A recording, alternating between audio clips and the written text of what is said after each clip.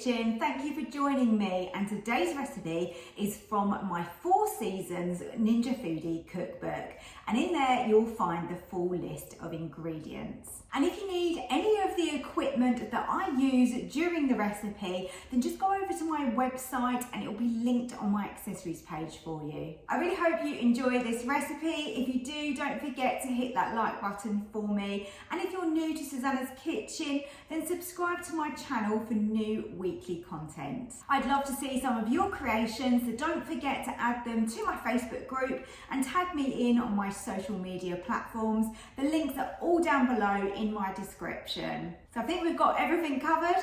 Let's start cooking. Is there anything more comforting than a beautiful stew with dumplings? And this version is using lamb. Of course, you can swap that out. If you really don't like lamb and you want to put beef in this, then you could do that. But the flavours work really well together as I've planned it. So I've already prepared some onion, which I'm going to get in the bottom here, and some bacon, and that's going to give us a really amazing base for this. So I'm on sear and saute, and we're just going to start cooking that down, rendering the fats from that bacon and just softening that onion. So I've got my chunks of lamb here in a bowl. I want to season my meat, so let's get some salt in there and also some black pepper. And I want just a small amount of flour in there, and that's just going to coat my meat for me. Whilst my bacon and onion is cooking, we can start prepping everything. So I've got here garlic, bay leaves that we're going to need in a while. I've got some celery. I've got mushrooms here.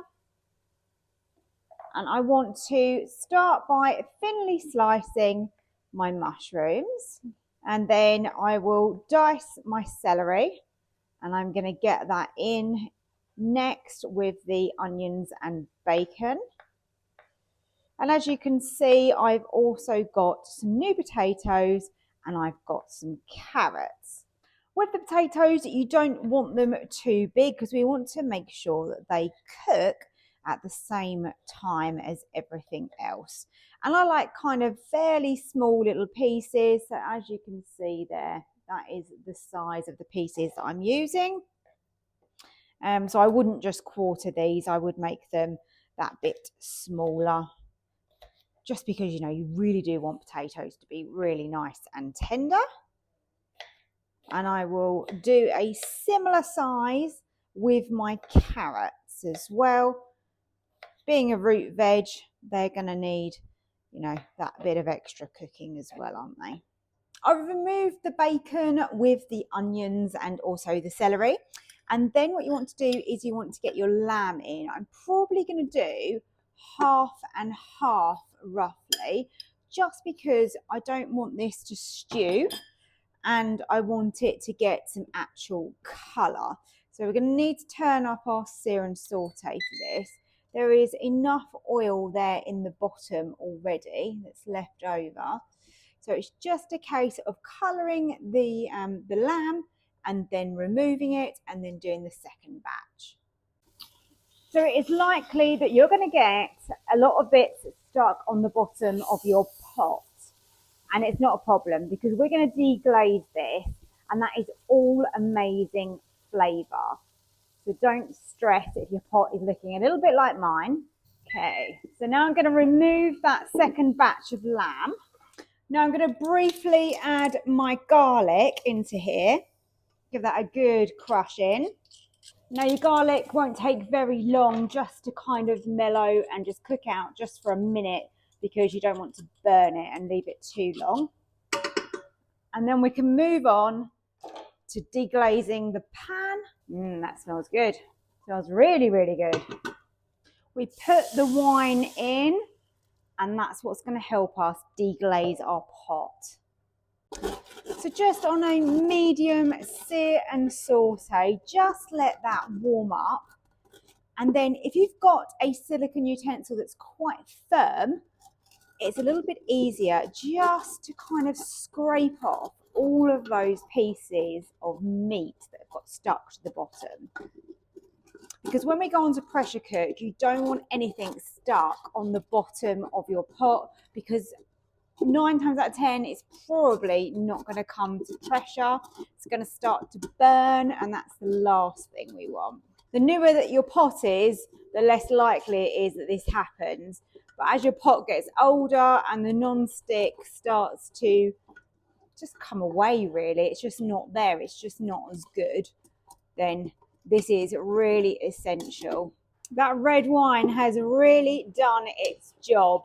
The bottom is nice and clear now from anything actually stuck to it. So that's brilliant. I'm going to add in all of those mushrooms that we chopped up. Let's just give those a little stir through. I need a tablespoon of tomato puree. I'm adding in Worcestershire sauce. Let's just stir that together. Oh, it smells really rich, really lovely. Let's get the meat back in. So our lamb, onion, celery and bacon with all of the juices. Make sure you get that all in. And then, of course, our carrot and also our potatoes. We've got 2 bay leaves that are going in there. So let's give this a really good mix. Look at all of that. This is such a good warming dish. My herbs I'm using, we're adding in some dried thyme, and then we need to pour over the stock that we're using. Don't worry if it didn't fully dissolve. It is in boiling water that I've made that up, because that's gonna all come together really nicely. Now this is gonna make the most gorgeous stew, and the best thing about this is that we haven't got to wait a long time, because we're going to pressure cook it rather than slow cooking it, and that way it is a really speedy way of getting a dish made, but it is still as tender, as rich, as flavorful and delicious. It's just ideal to make it in this way. Right, I'm going to close the lid, get this under pressure, and then I'll be back when it's cooked. Don't forget to seal the pressure valve. So you want to push that to seal. Let me show you. So at the back here, it's towards seal rather than forward, which is vent. So I'm going to pressure cook this, and I will be back when I start making my dumplings. Okay, to make my dumplings, I have got my flour in my bowl here with my baking powder. We're going to add to that our rosemary, and I have chopped up some fresh rosemary. You can't beat it, and it goes so well with the lamb. I've also weighed out my grated cheddar. I'm going to put around half of that in at this stage. And now I'm going to add in my yogurt. Just put that into the mix. I'm going to get rid of the scales. We don't need those now. Now, you want to mix this together. If you find it's a little bit dry and it's not coming together, just add a splash of water as needed. But these are going to be the nicest cheesy rosemary dumplings to go with that lamb stew. You want to bring these together with your hands and make these into small dumpling balls. I'd say around 12 for this quantity would be good. I'm definitely going to be adding a little bit of water to mine. Just, it's by eye really. There's not a quantity. You just need to add a little bit until it starts to come together and you're happy with the consistency. So now I've added a couple of splashes of water. You can see now that that is coming together a lot easier. And now I just get my hands in and just start creating my dumpling dough by pushing that together. It's always better to add your water just a tiny bit at a time, because once it's too wet, then you've got to start adding more flour, which isn't ideal really. So last little bit of water going in there just to bring that now fully together. So I just made it into quarters and then the quarter into thirds, and that way I get some really nice little small dumplings.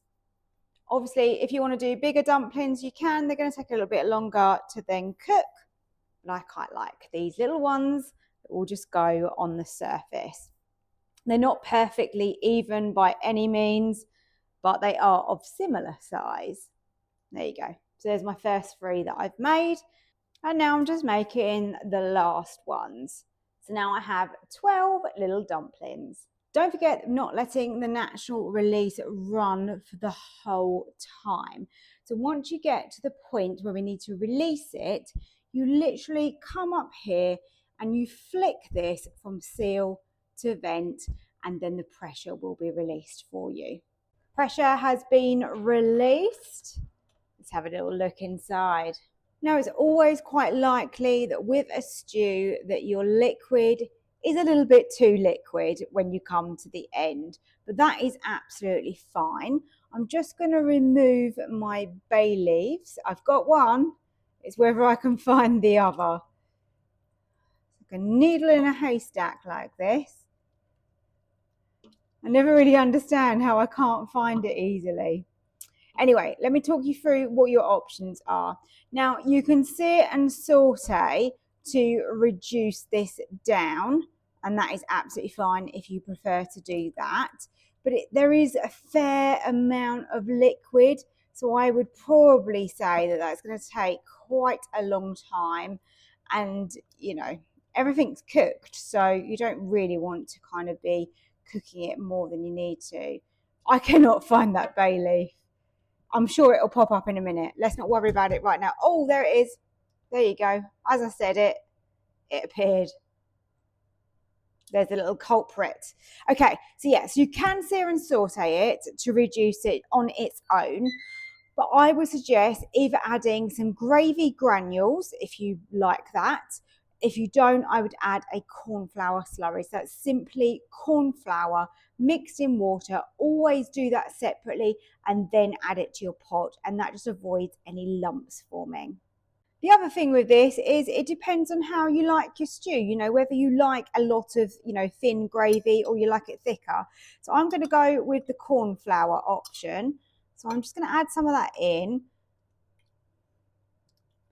and I like mine fairly thick. So that's about 2 tablespoons of corn flour mixed in just a bit of warm water. There you are. Look at that. That has thickened that up to a really nice gravy. And that is so easy to achieve. That is perfect. Okay, so I don't need the sear and saute on anymore. I'm going to add my little dumplings to the top here. And you just want them to sit. Don't push them down, just let them sit on the top like this. There you go. Spread them all out. You just want to make sure they've got some space around them. There you go. They fitted in there a treat. Now what I'm going to do is I'm just going to use a little bit of foil just to protect them. It won't be for the whole time, but just for the first part of cooking. And we're going to get those on to bake, and then I'll come back and show you the second stage of baking. Okay, so remove your foil, and now we're adding the cheddar that we saved from earlier, and we're just adding a little bit of cheddar and rosemary just on top of those wonderful dumplings. You can see that they're starting to puff up, and they will do even more now. And there we go. So lid down and carry on baking. I think I'm pretty happy with my dumplings now. They are golden, puffed up, cheesy. They've got rosemary on them. They are gorgeous. We've got a little crispy top to them, which is going to be so divine. So let's go and dish up this absolutely wonderful winter feast. Here's my gorgeous lamb stew and dumplings. Oh my goodness, it smells so incredible. Wish you could smell it right now. Hopefully you're going to go and make this and leave me a comment. Let me know what you thought of it. There is the full contents in the pot, and this is going to generously feed 4 people, no problem. Look at that. big portions here. This is a winter warmer, and I really hope you've enjoyed the video. Don't forget to hit the like button and also subscribe if you're new here, or maybe you're not new and you just haven't yet hit that subscribe button. Thank you so much for watching today. To purchase any of my cookbooks with delicious recipes just like this one, please head over to my website, which is www.susannahskitchen.uk.